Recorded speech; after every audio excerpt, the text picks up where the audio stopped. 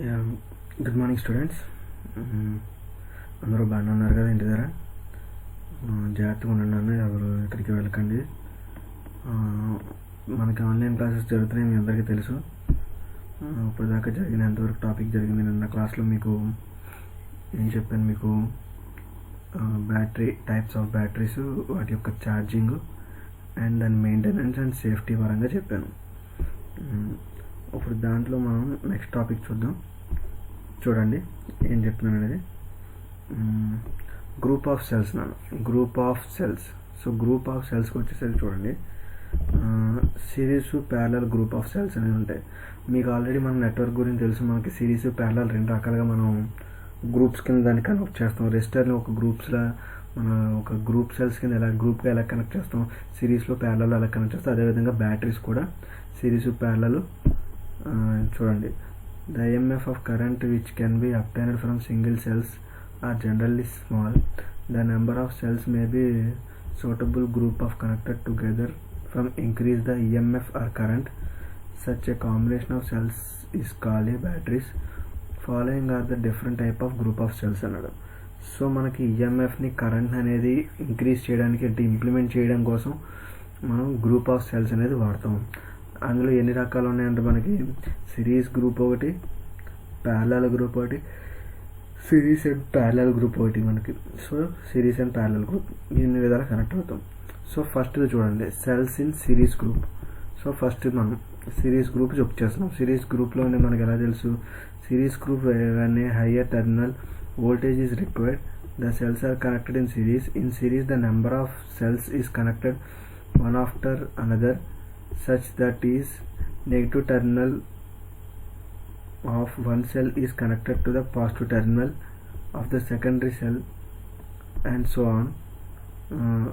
Figure shows cells connected in the series grouping. Hence in this series group a group of cells can be replaced by an equivalent cells whose terminal voltage is sum of individual terminals. Voltage of each cell and internal resistance is the sum of individual resistance of each cell. So మనకి series కాంబినేషన్లో ఎలా ఉంటుందో తెలుసుకున్నాను. Series కాంబినేషన్లో ఎలా ఉంటుంది, voltage అనేది divide అవుతుంటుంది ఒక సెల్ దగ్గర మనకి ఇచ్చిన అప్లైడ్ వోల్టేజ్ అనేది. సో అదేవిధంగా గ్రూప్ ఆఫ్ సెల్స్ అనేది అన్నాడు వాడు సిరీస్లో. సో సిరీస్ కనెక్షన్ అనేది ఈ విధంగా ఉంటుంది మనకి. దీంట్లో ఏమవుతుందంటే మనకి గ్రూప్ ఆఫ్ సెల్స్లో సిరీస్లో individual terminal voltage of each cell అంటే ఒక్కొక్క సెల్ దగ్గర దేని తగ్గ వోల్టేజ్ దాన్ని అది తీసుకుంటూ జరుగుతుంది. అంటే ఈచ్ సెల్ ఇది దీన్ని చూడండి, మనకి 3 సెల్లకు దీన్ని కనెక్ట్ చేశాడు గ్రూప్ ఆఫ్ సెల్స్ కింద. సో ఎక్కడికెక్కడ మనకి వోల్టేజ్ అనేది దేని తగ్గ దానిది అంటే దాని రేటింగ్ని బట్టి మనకి అక్కడ వోల్టేజ్ డ్రాప్ అయ్యి దానికి తగ్గ వోల్టేజ్ అది తీసుకోవడం జరుగుతుంది. అది మనకి ఇక్కడ చెప్తున్నాడు. EMF on batteries, sum of EMS is individual cell equal to NE and E total equal to E total అంటే E అంటే నథింగ్ బట్ వోల్టేజ్ నాన్న, E1 plus E2 plus EN. So అన్నీ యాడ్ చేస్తేనే టోటల్ వోల్టేజ్ అనేది మనకు వస్తుంది. ఇది మీకు సిరీస్లో ఆల్మోస్ట్ ఆల్ చెప్పింది. ఇది మీకు బ్యాటరీ గ్రూప్ ఆఫ్ సెల్స్ అనేది మీకు పెద్ద తేడా మన సిరీస్ ప్యారలల్ నెట్వర్క్ అలాగే ఉంటుంది, సేమ్ పెద్ద తేడా ఏమి ఉండదు. దాన్ని మీరు క్లియర్గా అర్థం చేసుకొని పెట్టిన దాన్ని చూసాక మీకు ఫస్ట్ ఆఫ్ ఆల్ దాని గురించి వస్తే ఇది మీకు క్లియర్గా వస్తుంది. ఆ టాపిక్ మీకు ఎన్నోసార్లు కాలేజీలో చెప్పాం, ఎన్నోసార్లు మీరు దాని మీద సమ్స్ చేయించాను. మీరు దాని ప్రకారం మీరు చూసుకోవడం మీ చేతుల్లో ఉంటుంది అది. ఓకే, సో చూడండి next parallel cells in parallel group. Parallel group when current higher than the current rating of individual cells are required, the cells are connected in parallel. The parallel group of positive terminal of all the cells are connected together and brought out as the positive terminal. Similarly, the negative terminals of all of the cells are connected together and brought out of the negative terminal. The figure cells connected to the parallel group. We connected cells in parallel when we want to maintain the same EMF as a single cells but wish to increase the available discharging current. So చూడండి అన్న, ఈ విధంగా మనకి ఈ విధంగా మనకి parallel connection అనేది ఉంటుంది. సిరీస్ కనెక్షన్లో చూసాం మనకి ఏమైంది, ఓకే 3 సెల్స్ని డైరెక్ట్గా కనెక్ట్ చేస్తాడు, దానికి అప్లై చేసుకుంటాడు. ఇక్కడ ఏం చేసాం, సిరీస్ని 3 సెల్స్ని సపరేట్గా 1, 2, 3 అలా తీసుకున్నాం. సో ఇందులో వచ్చేసరికి ఏమవుతుంది, మనకి సిరీస్లో కరెంట్ అనేది డివైడ్ అవుతుంది. మనకి కరెంట్ అనేది డివైడ్ అవుతుంది. ఇక్కడ ఏమన్నాడు, but wish to increase the available discharge current. So మనం డిశ్చార్జ్ కరెంట్ని ఇంక్రీజ్ చేయడానికి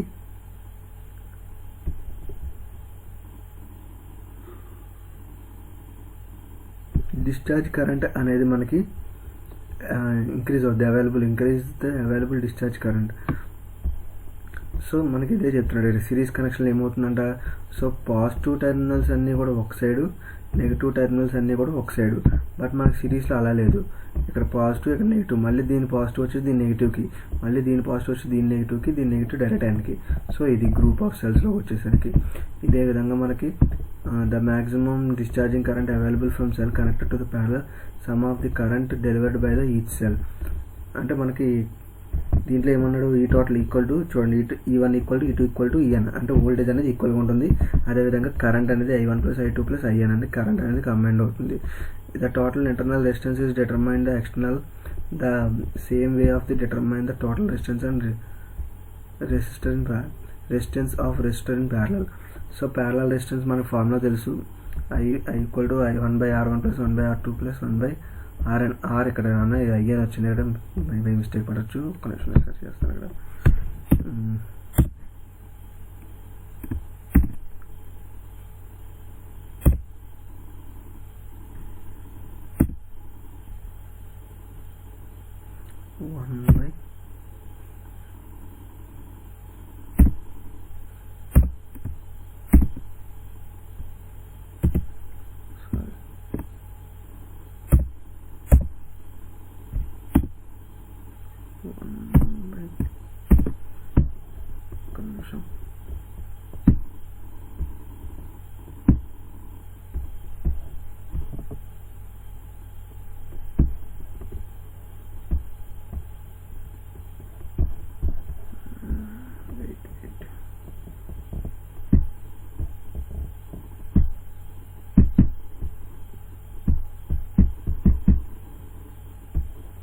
సారీ నాన్న, ఒక్క నిమిషం.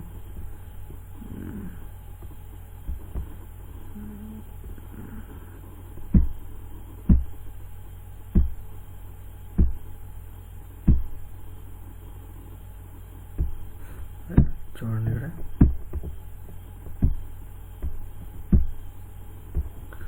చూడండి. సో 1/R అంటే ఆర్ టోటల్ మనకి. సో ఇక్కడ RT అనేది వస్తుంది మనకి, ఆర్ టోటల్గా మనం చూసుకుంటాం దాన్ని. అదేవిధంగా మనకి టోటల్ RN అంటేనన్నా నెంబర్ ఆఫ్ రెసిస్టర్స్ అని అర్థం.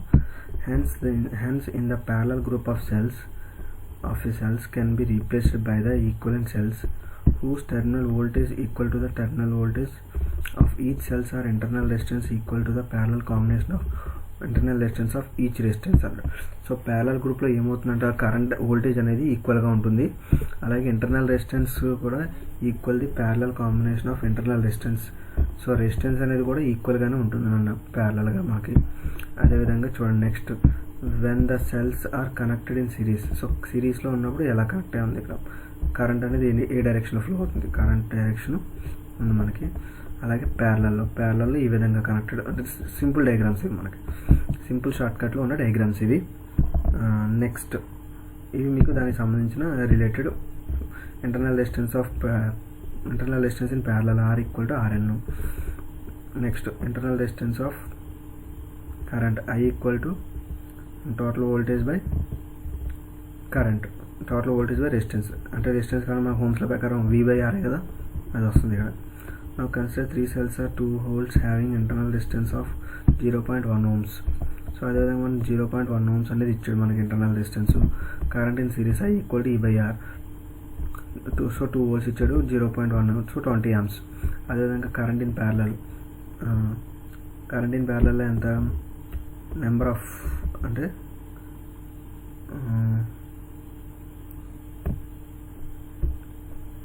అంటే 3 ఉన్నాయి మనకి. 3 అంటే 6 వస్తుంది చూడండి, 6/3 ఒక నిమిషం, అక్కడ నెంబర్స్ ఇవ్వలేదు, నేను చెప్తాను నెంబర్స్ మీకు ఒకసారి. 6/0.1 అంతే. So 6 number of resistors in current in parallel, అంటే కరెంట్ మనకి ఇందులో యాడ్ అవుతుంది కదా మనకి సిరీస్లో, ప్యారలల్లో మూడు వాటి దగ్గర కరెంట్ కావాలి.